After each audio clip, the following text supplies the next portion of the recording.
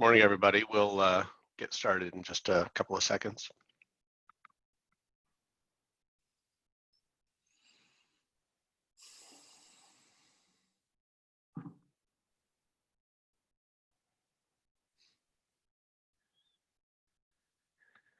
Okay, why don't we get started? Good morning, everybody, and thank you for joining us. My name is John Leslie.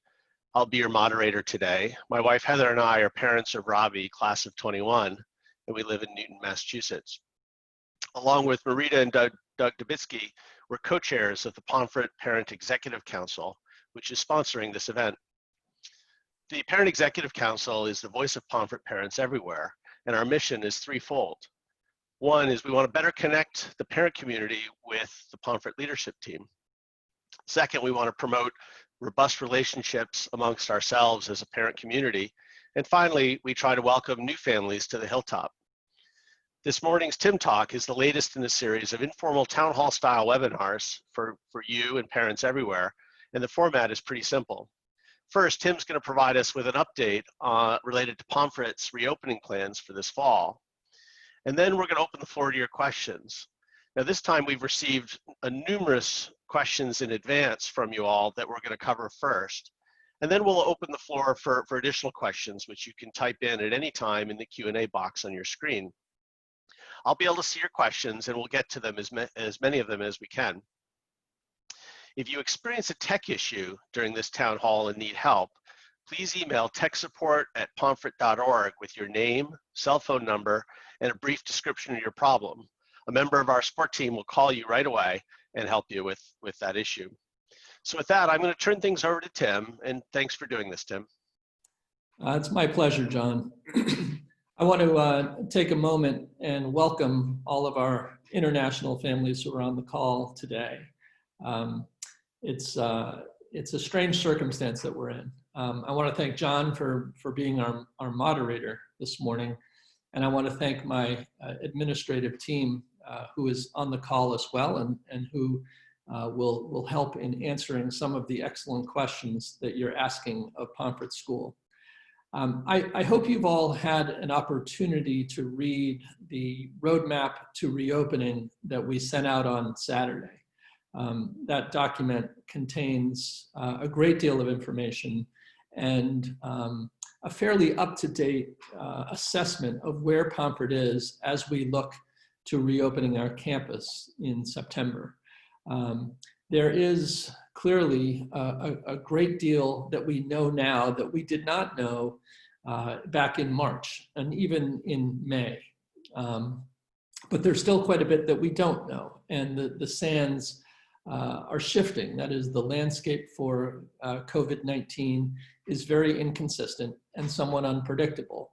It's changing here and globally on a daily basis. And so we launched into our scenario planning exercise some 7 weeks ago. And the Open Pomfret Task Force and the working groups have been working steadily since that time to provide information and updates about everything we know about COVID and how it will necessarily impact the opening of school in the fall. We are operating from some very clear guiding principles. First and foremost, we're focused on the safety and well-being of all members of the Pomfret community. We want to make sure that is our first principle. The second principle is that we want to continue to offer a very high quality experience for our students, an educational program that will support and enhance their learning, whether they're here on campus or learning from a distance. We are hoping to provide continuity, some stability for families and for students in a time of great unpredictability. And we also recognize that in making some of the decisions we're making, that we're being guided by some amount of courage, the balance between being willing to take some risks, but to do so in a really thoughtful way, because we believe that having students back on campus is both in their and in the school's best interest. We've been doing a great deal of research. We've been talking to medical experts and epidemiologists. We've been talking to education experts, all of whom are pointing to the same answer that we've shared with you, that yes, we will be able to open campus, and we'll be able to open campus safely in the fall. Now, that's easy for us to say, or for me to say, on June 24th or 5th, 25th as it turns out, not knowing 100% what's going to happen in the next 2 months. In Connecticut, the state has done an excellent job in terms of addressing the situation and keeping the rate of transmission of COVID quite low. But if you watch the news yesterday in the United States, we're seeing spikes in areas of the country where people aren't being quite as careful as they are here. So we have developed over the past 7 weeks a very systematic approach to looking at all of the aspects of school life that we have to, in order to be prepared to welcome your children back in the fall. Our job is to balance the responsibilities that we have in the most thoughtful, safe, and creative way that we can. You'll notice, and this is how fluid the situation is here in the States. When we sent the roadmap to reopening on Saturday, it was with the understanding that we could welcome students back on as soon as August 24th. That date changed yesterday. We will still welcome students back on the 24th, but we're no longer beholden to that. So we will welcome international students back, where they will be welcome on campus on the 24th of August to begin a 2-week quarantine process. The school, there will be no additional cost to families who choose to take advantage of that opportunity. Classes will start a little bit later in September than we normally would, just so that we can bring students, other students, non-international students, back in waves beginning on the 6th of September. And we'll start classes on September 11th. We are working both with our own medical professionals on the Pomfret staff and with state health officials to develop our protocols for testing, for quarantining, for contamination prevention, for sanitation, and we are working on a daily basis on all of those protocols. I hope that people will understand that some number of these questions, as I stated at the beginning, are still unanswered. We will be developing more specifics around all of these protocols and expectations over the next several weeks. And we certainly hope to have, or expect to have in place in the next 4 weeks, a more full understanding for both ourselves and for our families of what all of these protocols will look like, what it will look and feel like to be on Pomfret School's campus this fall. Our academic program is still coming very much into focus.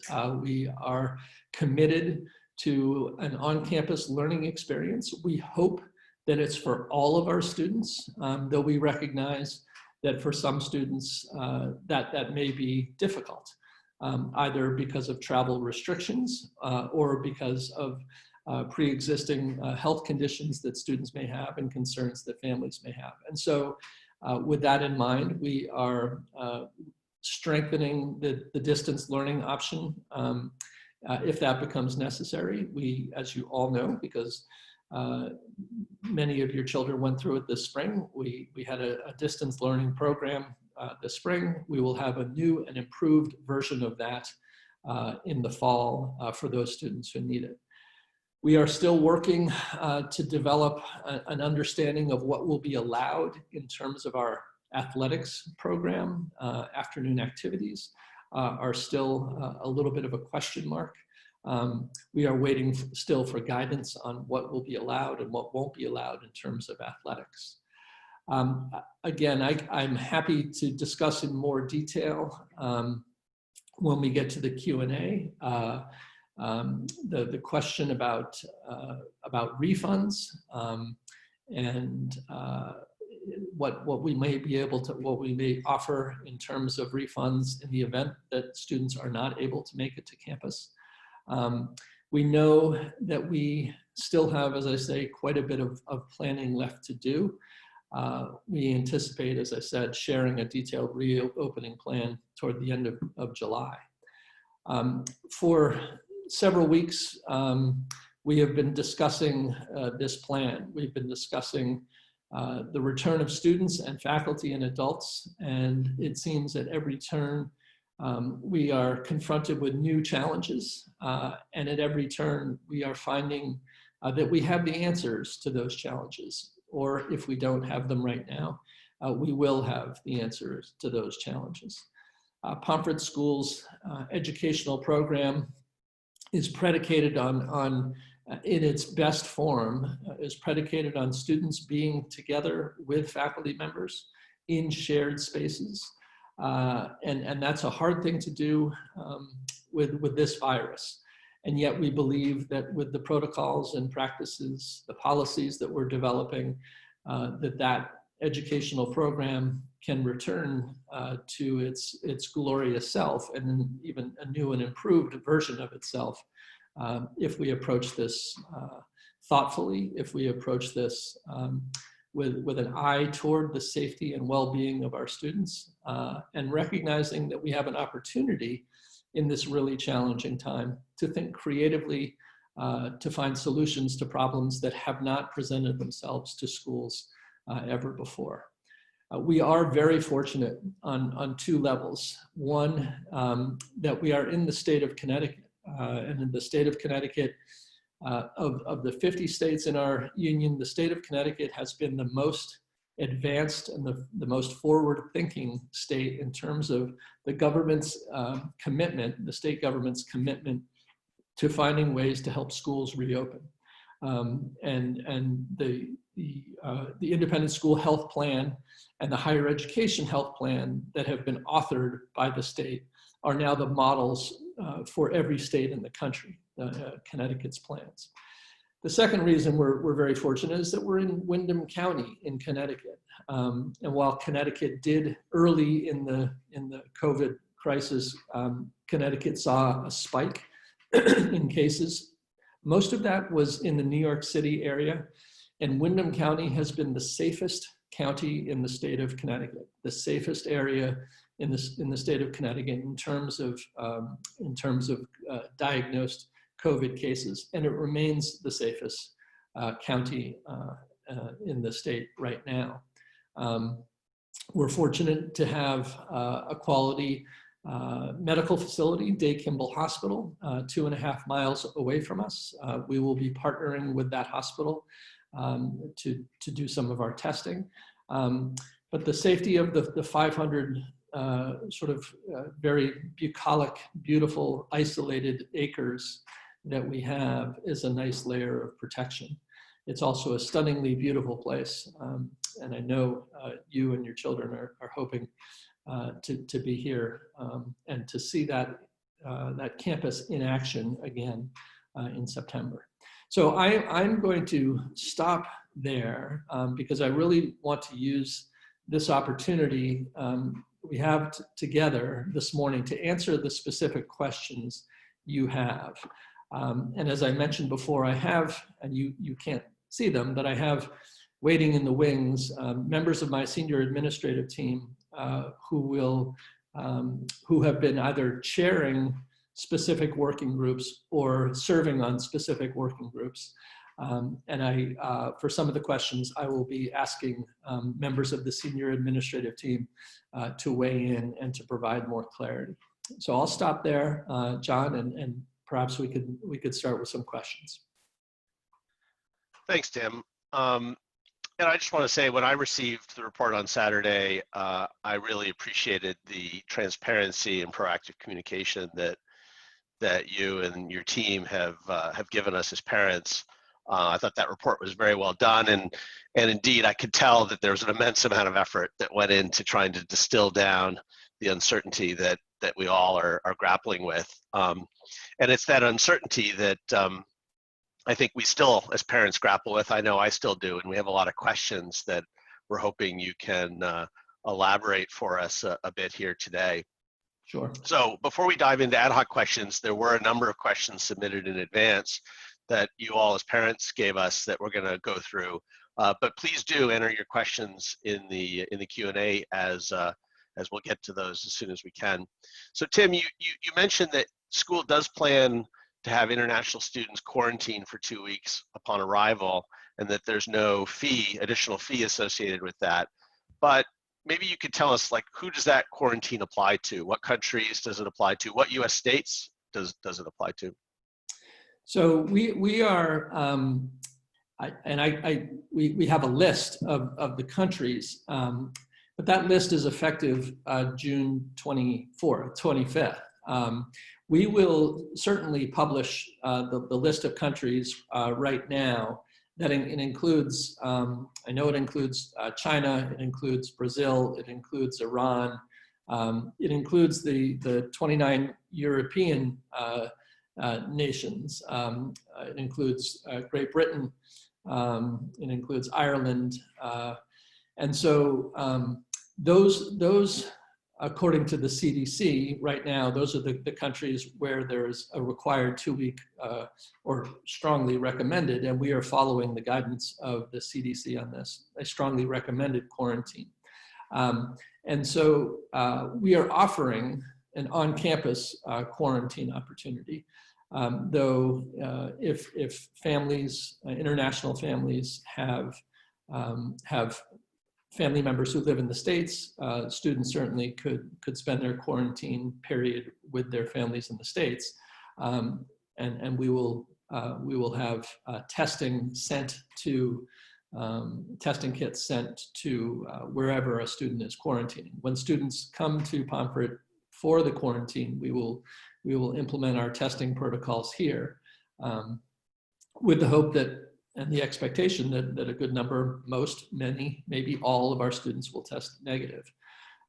Right now, it was announced yesterday that the state of Connecticut is one of 3 states, Connecticut, New York, and New Jersey, that are requiring a 2-week quarantine for students coming from 9 US states, where the rate of COVID diagnosis is increasing. So Florida, Texas, California, for example, are 3 of the states where if our students are coming from any of those states, they will have to do a 2-week quarantine in Connecticut as well. So it's not just international students who may be quarantining with us. That's great. So it sounds like as parents, obviously you'll tell us, but also we can follow Connecticut state guidance. We can follow the Center for Disease Control guidance. Yes. In terms of expectations for who has to quarantine. The CDC, Centers for Disease Control website is a wealth of information that we are, and every other independent school and college in the US, we're relying on the CDC's guidance. That's great, and you answered several questions there, including that our children could stay with friends in the US, assuming they're in a state that's not under quarantine themselves. Is that correct? That's correct. Yes. Yeah, great. And so what if one of our children arrives expecting to quarantine for 2 weeks before school, and they test negative, they get tested and they test negative, will they be then exempted from the quarantine, or do they have to do it anyway? They won't be exempted, but it will change what quarantine will feel like. Certainly, if a student comes and they test positive, we'll have a different set of protocols. If students come for the quarantine period exists regardless of testing right now, if you're coming from one of the countries or one of the states. Actually, from some of the states, I believe if you have a negative test, the quarantine is lifted. That is not the case right now for international students, international visitors. But if a student comes to Pomfret, an international student comes to Pomfret for quarantine and they test negative, it will allow the quarantine period to look and feel different than if they test positive. That makes a lot of sense. And where will that testing take place? Will our children have to be tested here in our home country or home states, or will you be conducting the tests on campus? So while we appreciate that families can have testing done certainly at home in their home countries, the recommendation that we are getting from medical professionals here, and again, let me be clear, Pomfret will be partnering with a company to do our bulk testing, to do the testing for all of our faculty and our students. It's a controlled test. There's a value in having all of our constituents, students and faculty and staff, be tested through the same protocol. And so we will be doing the tests here on campus. But if our students, international students, are coming and quarantining off campus somewhere, we will arrange to have tests sent to the place where they're quarantining, and the administration of the tests can happen there. So we will be testing on campus. We will be testing at the place of quarantine, wherever that may be. That's great. Thanks. I think that answers a lot of our questions. When we move over to sort of academics and campus life, how do you see the first month of school going? Are they going to be in-person classes? Are they going to be on video in their dorm rooms? You know, what do you anticipate? So the intention, and I'm gonna pass this on to Gwyneth Connell, who is the director of the Grauer Institute. The intention is largely, the reason we're having people back to campus is so that we can see their nice faces in real life rather than on video. But Gwyneth, would you tackle that one?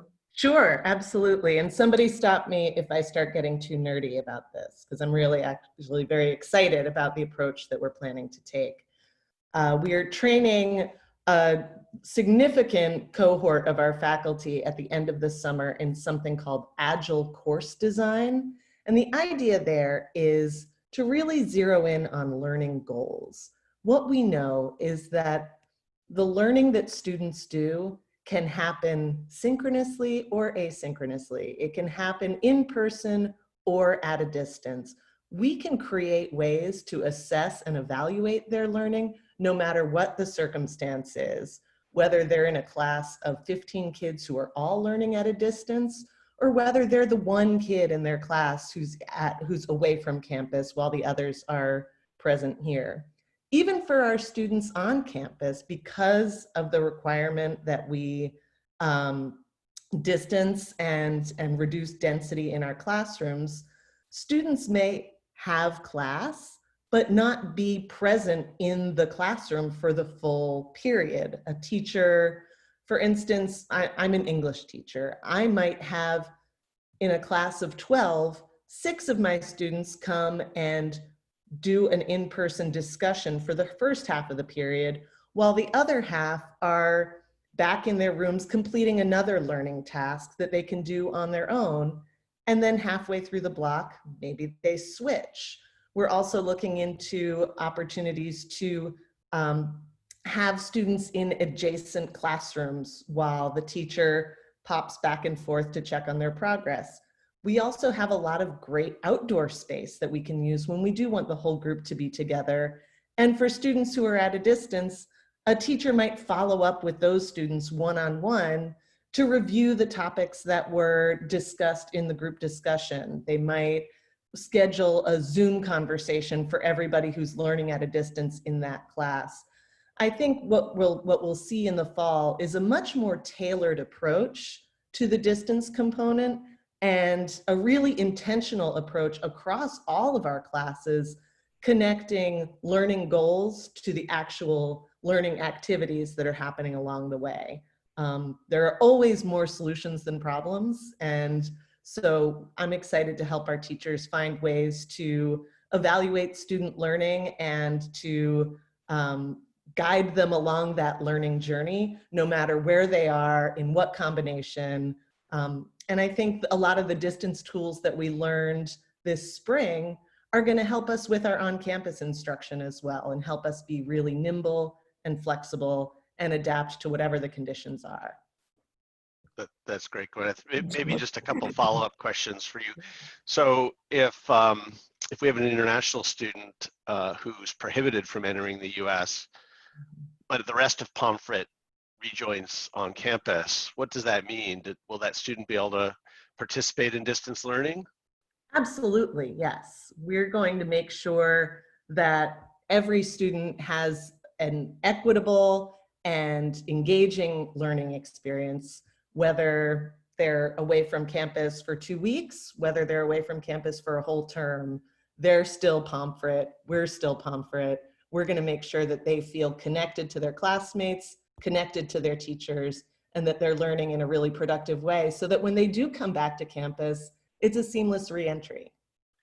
That's great. So I think you answered another question, which is, if my child or somebody's child has to start with distance learning and then subsequently are able to join campus, they'll be able to do that? Oh yeah, come on back. That's Yeah. what we want. Absolutely. And then what if for risk purposes, I felt like my child just needs to do distance learning only? Is that something Pomfret will support? Yes. Yes. If I could jump in just very quickly, we will provide, if a student can't be at school for the beginning of school in September, that of course is fine, and we will provide those learning opportunities. We will provide also more details on those points of return, understanding that it could be quite complicated for classes and students and for the school if students arrived sort of haphazardly at any point during the term. So we will design very specific points of reentry for our students, and that will happen throughout the course of the year, not just the opening of school. That's really helpful, Tim, and I think that sort of segues into another question of how has the school calendar changed this coming term? So the primary change, that I mentioned the early return of students who are here for quarantine, the slightly delayed start of classes, but not really. The big difference in the calendar that we proposed is that in November, when we typically go on break for Thanksgiving, the very most American of holidays, I guess, instead of returning after that Thanksgiving break, students will not return to campus until January. Now, we recognize that for some number of students, and maybe most particularly for international students, it may be really difficult to get back and forth between Pomfret and home at that time. And we will be keeping our campus open and available, our dormitories available to students through that about 6+ week period of time. So there will be a vacation from the 21st of November until the 1st of December. And then we will resume academics beginning on December 1st for about 2.5 weeks. And that will be distance learning for all of our students. Even if our students are here on campus because they cannot return home, their program will be a distance learning mode, in distance learning mode for that 2 or 2.5 weeks of time. And we're working on some designs. I don't think we have time to go into that right now, but to make those 2 weeks a little bit different from just regular classes. But there will be more coming out about what that December mini term of sorts might look like. That's great, Tim. And just to make sure I understand, so as an international student, I can plan to arrive in late August and stay through mid-December in some form on campus before basically winter break kicks in and then everyone leaves.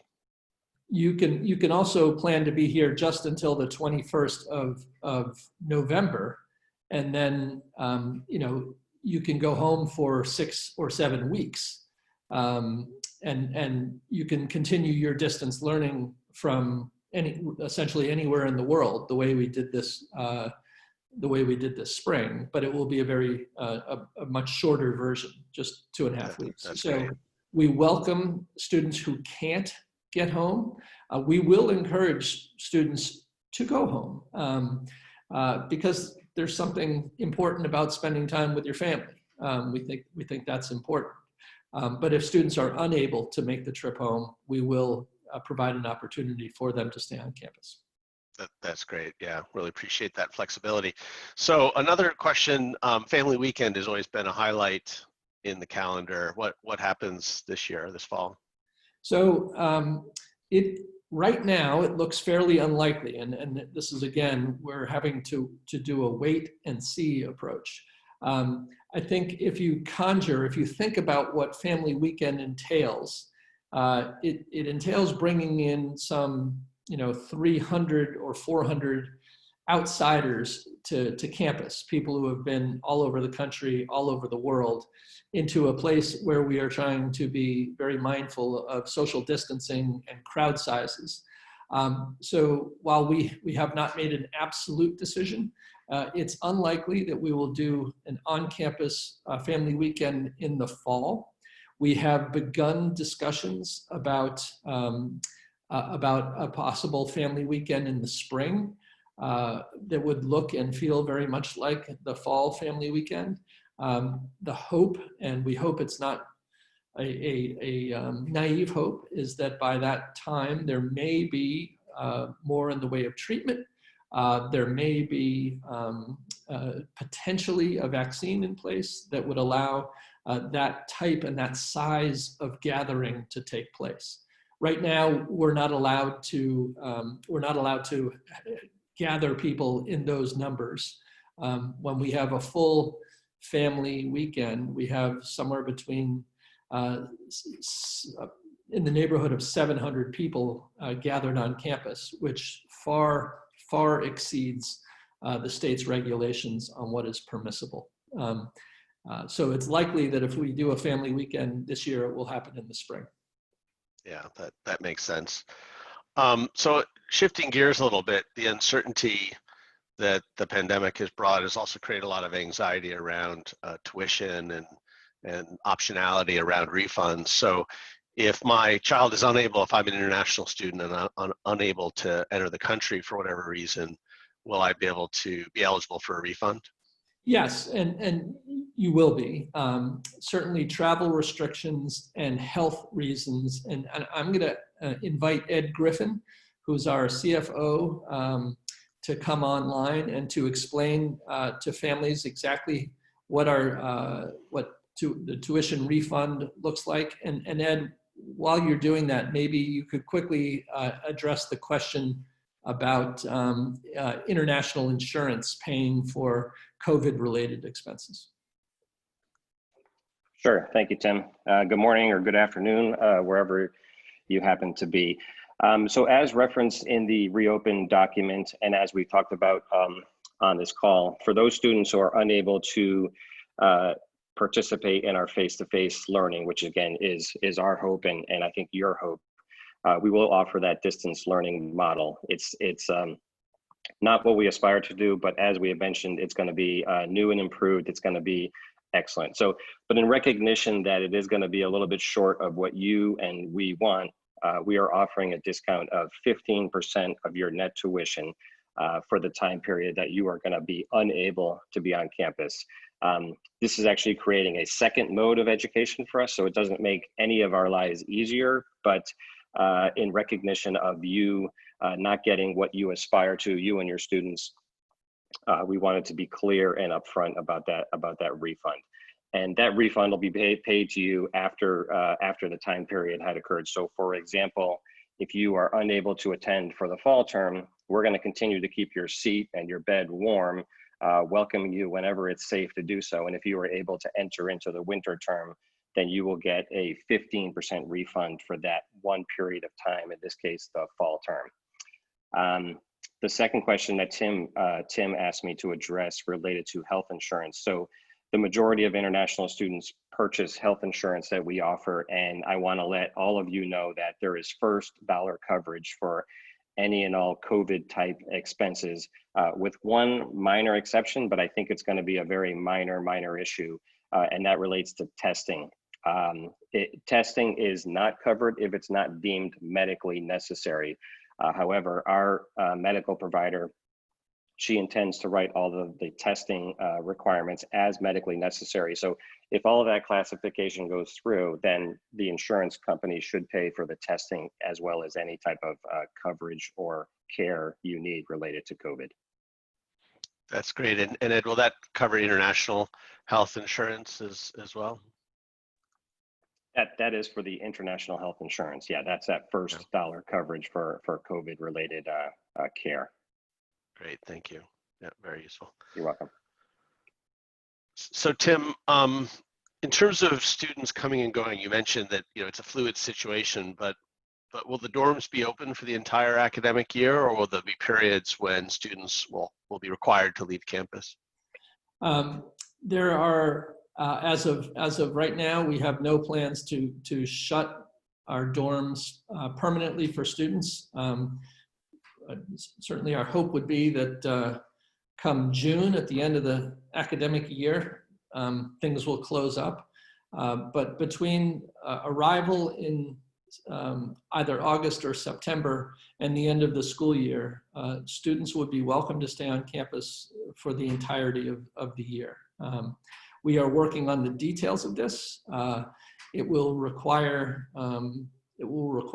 much more of the faculty, given that these times that are unusual are vacation days. And so we're going to be asking our faculty to work even harder this year than they have in the past. And so while we, again, as I said earlier, we encourage students to take vacations to get away. It's good for them mentally and psychologically to get away from campus. We will not require students to leave campus. Okay, yeah, that's great. And a follow-on, so unfortunately Fall Family Weekend is canceled, but if I want to come visit my child on campus just one-on-one, is that something Pomfret will allow? So those protocols are still in discussion. And I'm going to invite Wes Jenkins, who's our Dean of Students, to come in and perhaps comment on this. The challenge here is, while we certainly, in normal fashion, we love having our families visit campus and we love having them come and take their kids out.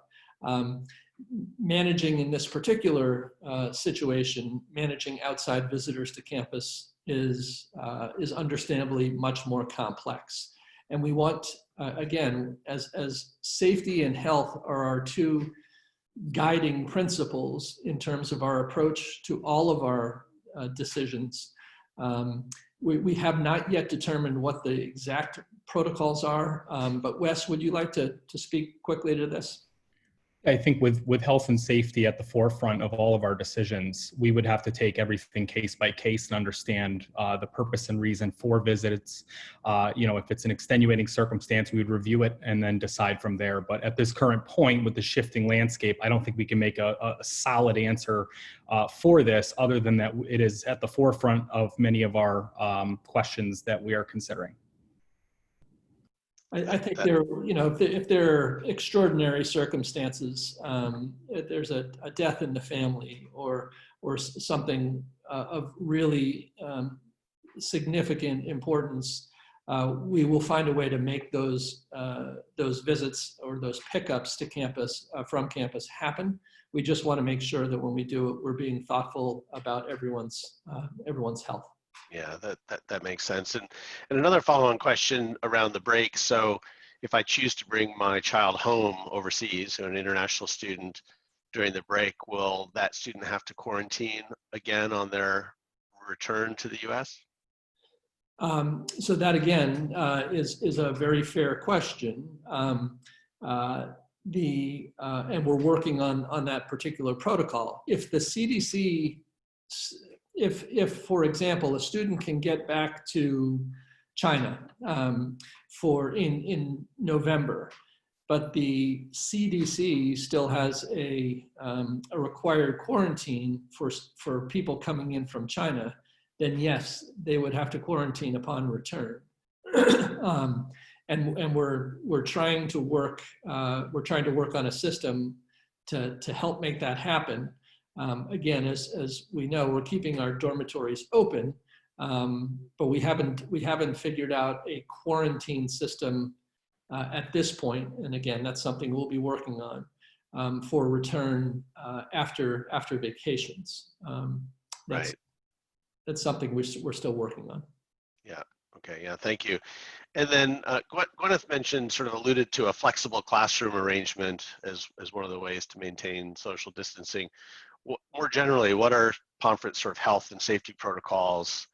What can we expect our kids to experience when they return? They'll be much cleaner than they've ever been before. Their hands will be cleaner. Surfaces they touch will hopefully be cleaner. I'm going to invite Brenda Bully, who's our Director of Facilities, and she's been the co-chair of our working group on health safety and social distancing. And Brenda, if you could share just a few thoughts on the health side and the safety side, that would be great. Thanks, Tim.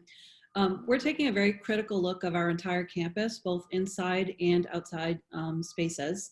So a couple of protocols that we've already started implementing would be, as Tim mentioned, increased cleaning and disinfecting protocols. We're also, most likely, we will require masks to be worn in all classrooms and in all public spaces.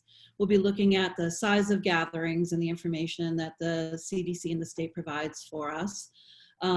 Adding additional hand sanitizer stations, washing stations. So just reinforcing what Tim just said, we will be a very clean campus. We're also looking at potentially putting some outdoor spaces up so that we can give students some more flexibility in both classroom and dining opportunities. That's great. Really appreciate that. So we're coming to the end of the questions, but one of the questions in the Q&A is, Tim, are there any circumstances beyond the Connecticut governor saying, lockdown is back in effect and closing schools? Are there any circumstances that you would choose to close schools, that would prevent a return to campus this fall? So we have to meet certain gating conditions, certain considerations that the state is putting in front of us in order to be allowed to reopen. We plan without any hesitation to have all of those conditions met for students to return in August.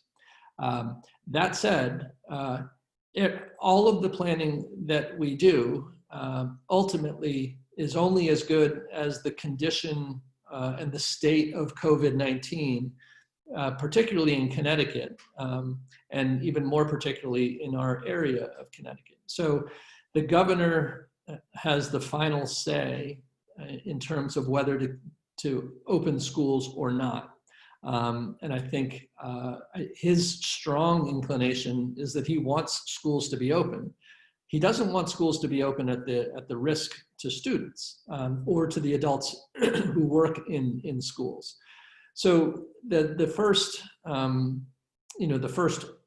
hurdle is to make sure that for the state is to make sure that we contain the virus to the extent that we can, so that there isn't a surge in the number of cases in our area, and that our hospitals, local hospitals, have the capacity to address that surge. If they don't, and if the rate of diagnosis and the spread of the disease, of the illness, of the virus really dramatically increases in Northeast Connecticut, then there would be a risk that we would not be allowed to return to campus. If we return to campus and we get everyone back, and there's a significant spike in the community, our community, or the broader Northeast Connecticut community, again, we will have to make a determination for ourselves, but we may be, we will be informed by the state. As soon as we have a positive COVID case on campus, we have to report that to the state health authorities. And we have to report any subsequent positive cases we have. And the state will certainly have a voice in what is permissible for us to continue operation and what is not. So again, I'm confident on June 25th, I will keep my fingers crossed that that our state continues to trend in the right direction, unlike some number of states in the U.S. where people are not abiding by social distancing measures. They're not wearing masks. Connecticut has been really quite good, and so my optimism is founded, I think very well founded in what's happening in Connecticut. Thanks, Tim. And kind of a related question. So it's pretty obvious that you and your team have put immense amount of thought and effort into the health and safety protocols and a safe return to campus for students. And we're all going to sort of hold our breath in the first couple of weeks when we come from all over the world and get back together and get past those first couple of weeks of infection period. But what about staff that are not resident on campus that'll sort of be piercing the bubble, if you will?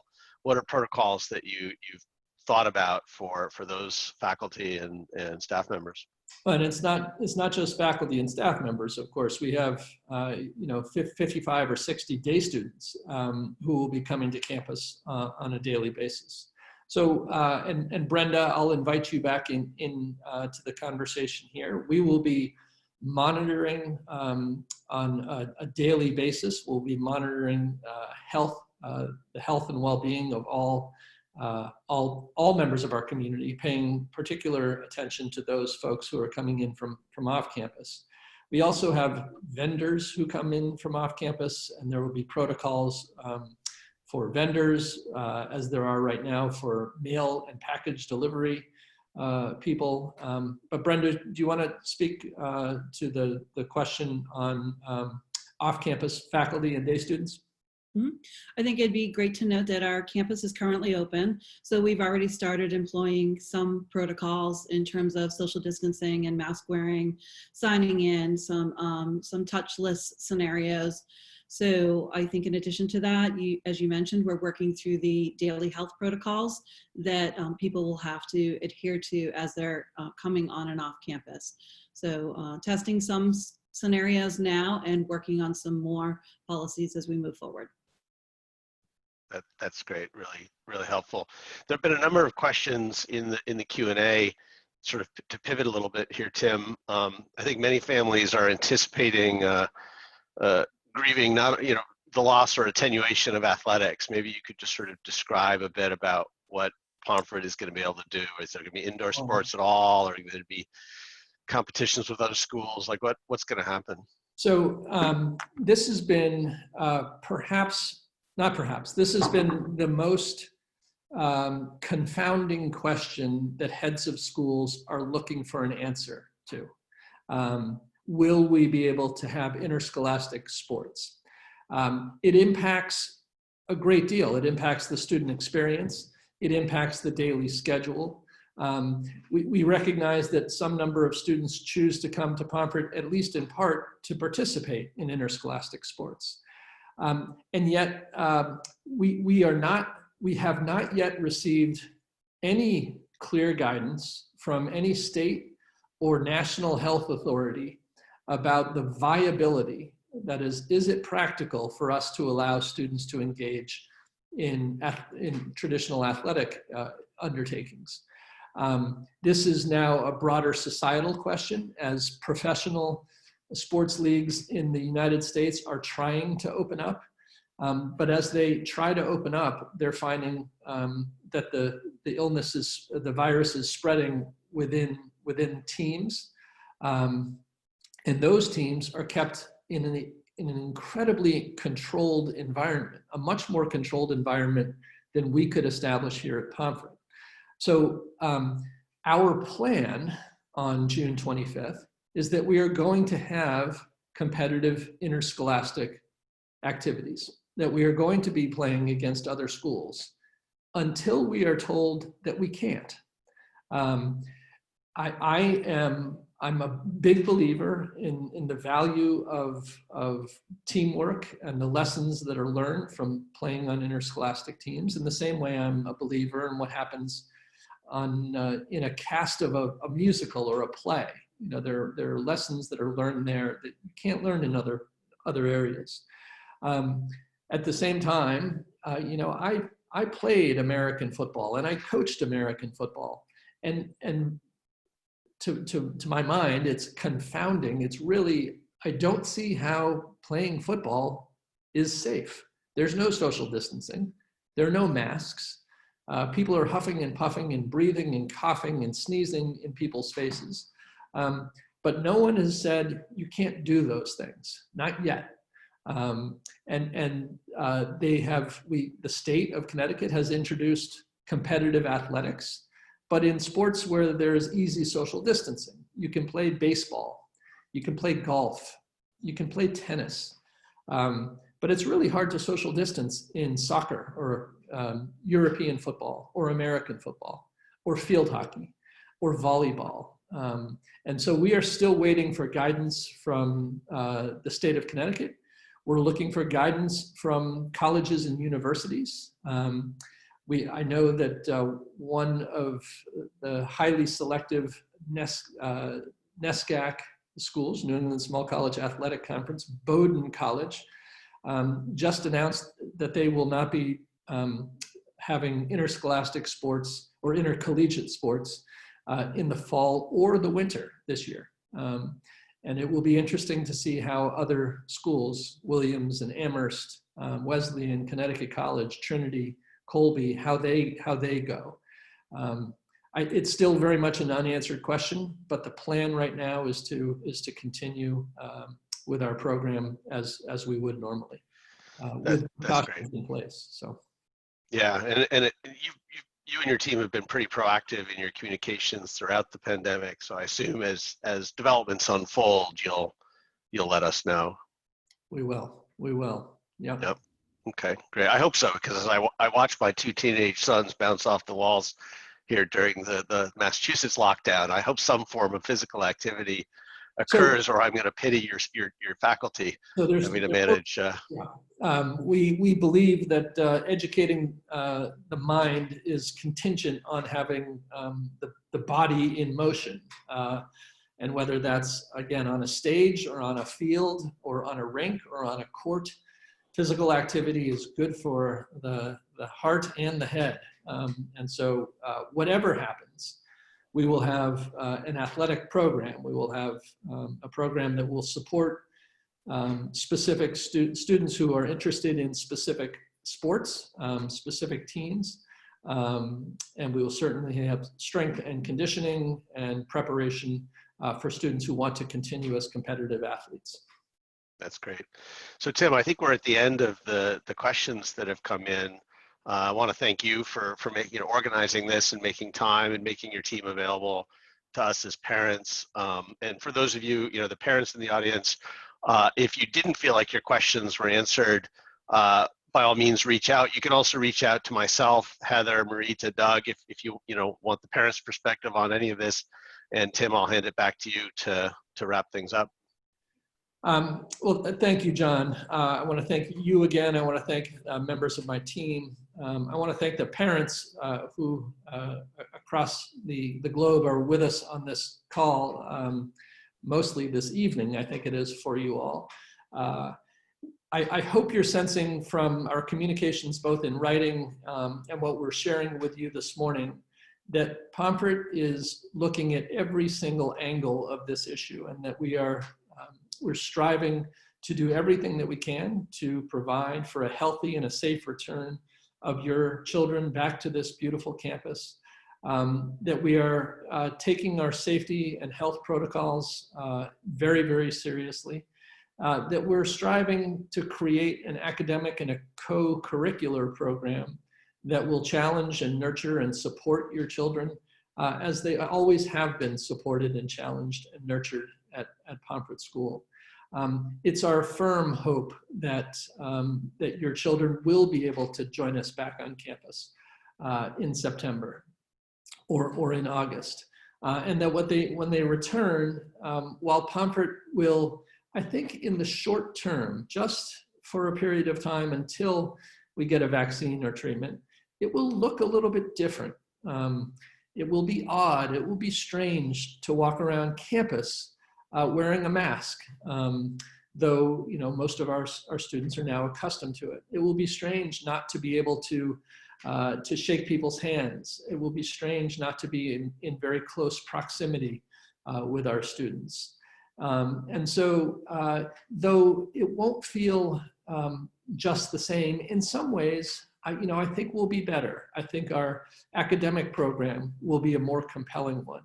I think the lessons that we're learning about the values of our institution are stronger than the values that we hold are stronger than they've ever been before. And I think our commitment to continuing to deliver on our promise to educate your children in mind and body and heart has never been stronger. We are fully committed to their well-being, both physically, but also educationally.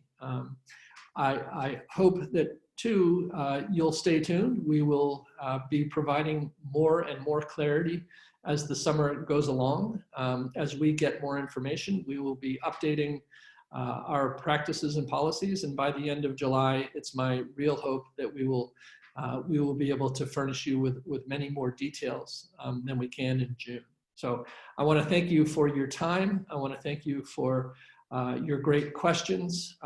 I encourage you to reach out to me if you have other questions, and if I can't answer them, I will make sure that someone who has the answers will. We are excited to welcome your children either to campus for the first time or back to campus in the fall. I hope your families are all staying healthy and well and safe. And again, I just want to say thank you.